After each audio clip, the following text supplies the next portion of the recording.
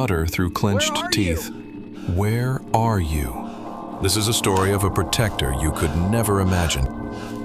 The cornfield sways under cold moonlight as your hands tear through the stalk. The wind stirs the mist around your feet, and you whisper, trembling, "Something's out there. I know it." Not to strike, but to warn. In a soft, calm voice it says, "You are not safe here." Safe here. Glancing over your shoulder at the dark field behind, its voice, low and steady, It is not me you should fear. Stay behind me. The alien hisses urgently, "Do not look at it." Do not. As your protector fights, you run as fast as you can, not knowing where you might end up. I don't think it sees us. The ground shakes with a low rumble, a growl building in the dark. What?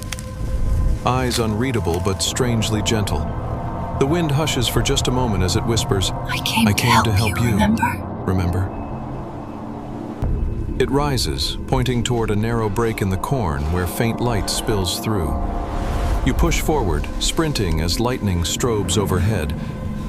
Almost there. Don't stop now. And so you run, while an alien protector clears your path to the light beyond.